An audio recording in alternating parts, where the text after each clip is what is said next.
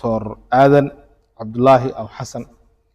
runtiina dadka inta badan waxay ninkaasi u saadaalinayaan in guddoonka uu soo bixi karo guddoomiyaha baarlamaanka soo socda uu noqon karo haddii dee wax isbedelaan waa meesheeda laakiin inta badan boqolkiiba 70 ama boqolkiiba 65 waxaa la isku raacsan yahay ninkaas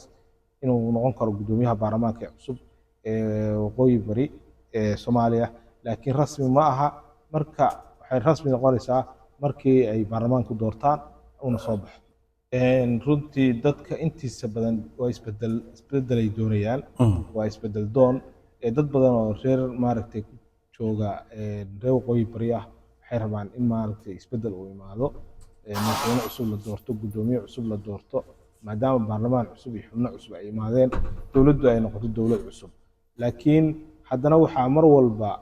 xigi doontaa sida loo kala saameyn badan yahay oo siyaasadda maaragtay ay isu qaadan karto waxaa ognahay madaxweyne firdhiye waxaa wada dowladda federaalka Soomaaliya taageeraysa xulafo badan oo haystaa nin madaxweyne mid deegaanka ka ahaayo hadda galaangal badan xildhibaanada xitaa markii la soo xulay ku lahaa ayuu ahaa isaga hawshiisu ma yara ragga mucaaradka ana iyaguna xoog badan bay leeyihiinoo waxay noqon kartaa inay isbahaystaan ama maaragtay ay hal musharax marka ugu dambeysa ay isugu tagaan sidaan ognahay waxaa magaalada Laascaanood ee xarunta maamulka waqooyi bari Soomaaliya ka socota hadda doorashada guddoonka baarlamaanka oo ay ku tartamayaan 5 xubnood guddoomiyaha waxaa u tartamaya 2 xubnood oo lagu kala magacaabo Dr. Aadan Cabdulaahi Aw Xasan iyo Cabdiqaadir Maxamed labadaas nin waxay ku tartamayaan guddoonka guddoomiyaha koowaad ee baarlamaanka waqooyi bari state of Soomaaliya saddexda xubnood oo kale waxay u tartamayaan guddoomiye ku-xigeenka koowaad iyo guddoomiye ku-xigeenka labaad doorashada hadda way bilaabatay waxayna u socotaa si dardar leh runtii si wanaagsan xilli hore maaragtay soo xaadireen xildhibaanada 72 xildhibaan ayaa maaragtay quorumka fadhiya tirada guud ee xildhibaanada SSC waxaa leeyahay waqooyi bari Soomaaliyana waa 83 xildhibaan doorashaduna waa ay socotaa waxaa marka labada nin oo guddoomiyaasha u kala tartamaya sida la sheegayo waxaa kala wata mucaaradka iyo madaxweyne firdhiye oo isagana maaragtay kamid ah musharaxiinta waxaan eegi doonaa marka saacadaha soo socda doorashadaasi qaabka u kala dhacdo iyadoo taas maaragtay lagu xirayo doorashada madaxweynaha waqooyi bari Soomaaliya sida aan ognahay mid kamid ah musharaxiinta guddoonka baarlamaanka wuxuu u taagan yahay oo ka soo jeeda gobolka Sanaag wuxuuna u tartamayaa xilka guddoomiyaha halka ninka kalena uu ka soo jeedo gobolka Sool waxaan eegi doonaa marka qaabkay bal doorashadaas u dhacdo iyo sida ay maaragtay doorashada ay xildhibaanadu ugu kala codeeyaan labada musharax waa tahay Toronto waxaan eegaynaa markaan ayna tahay in aan daawadayaasheena u faahfaahino fursadaha labada musharax ee guddoonka baarlamaanka ama guddoomiyaha u tartamaya bal haddii aad xogaa yaa jaanis badan fursadaha ay kala heli karaan iyo awoodda labada qof marka aan isbarbar dhigo cabdisalaan waa su-aal meesha taalo waaye waxaan ognahay inuu galaangal siyaasadeed xooggan uu socdo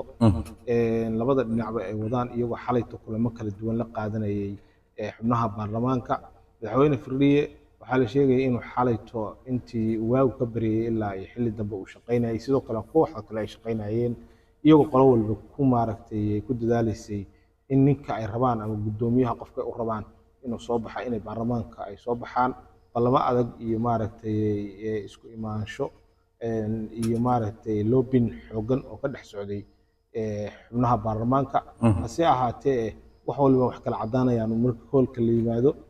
baarlamaankuna ay codeeyaan qofkii codeeyaan calaf ilaahay ugu daran un baana noqon doona hase ahaatee labada dhinac siday u kala miisaan badan yihiin iyo maaragtay cidda loo fili karo madaxweynaha inay kusoo baxdo ayuun baan ka saadaalin karnaa doorashadan xilligaasina waxay imaanaysaa markii lagu dhawaaqo natiijada rasmiga ah ee guddoonka baarlamaanka tusaale ahaan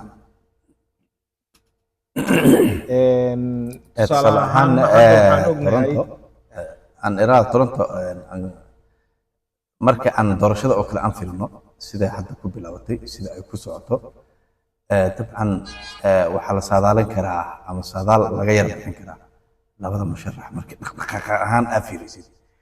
yaad adiga ka fikir ahaan aad isdhihi lahayd wuu soo bixi karaa yow anigu waxaan filayaa inuu soo bixi karo ninka lagu magacaabo doctor aadan cabdulaahi aw xasan runtiina dadka inta badan waxay ninkaasi u saadaalinayaan in guddoonka uu soo bixi karo guddoomiyaha baarlamaanka ee soo socda uu noqon karo haddii dee wax isbedelaan waa meesheeda laakiin inta badan boqolkiiba 70 ama boqolkiiba 65 waxaa la isku raacsan yahay ninkaas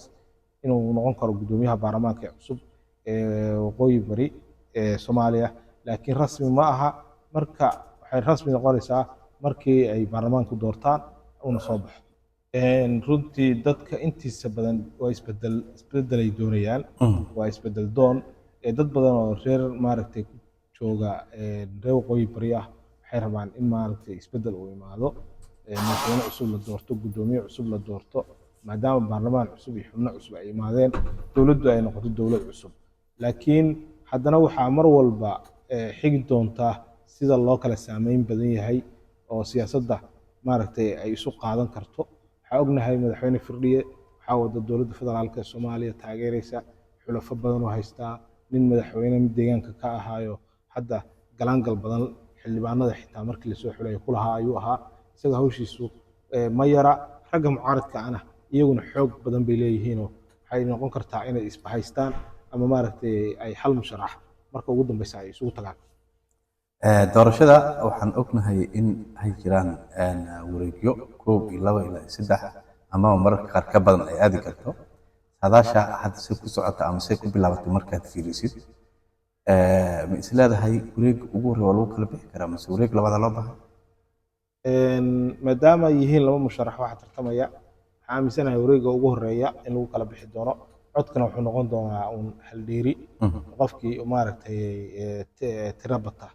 marka 72 xildhibaan fadhida ninkii hela inta badan ama cod hal dheeri hela baa noqonaya guddoonka baarlamaanka waa tahay ugu dambeyn Toronto markii aan fiirino ragga kale odayaasha ku-xigeenada u tartamayo yaa ugu miisaan badan ku-xigeenada laba ka mid ah waxay u tartamayaan guddoonka koowaad ee gudoomiye ku-xigeenka koowaad ee baarlamaanka gabar iyo nin ka mid ah mas'uuliyiinta ka mid ah xildhibaanada ayaa u tartamaya gabadha ayaa la saadaalinaya inay soo bixi karto musharaxa labaad oo u tartamaya kursiga labaad ee kursiga saddexaad ee guddoonka baarlamaanka isaga cid lama maaragtay lama sharaxna keligiis waaye isaga waxaa la rajaynayaa in cod gacantaag ah loogu codeeyo si toos u soo bixi doono si toos ah isaga cid lama tartamayso waa mahadsan tahay kaasi wuxuu ahaa wariye Axmed Cabdi Maxamed Toronto oo dhanka falanqeyntiisa hagar la'aaneed ee aad ka wada dharagteen daawadayaal inta barnaamijka xiga aan ka gaareyno iyo wixii dambe ee soo kordha barnaamijka xiga ayaan idinkugu soo aruurin doonaa channelka subscribe inoo saara Jubaland Post haddii daawad ay tahay markii ugu horeysay gabalka furo si muuqaal walba oo xiiso la aan soo gelin uu ku soo gaaro mahadsanid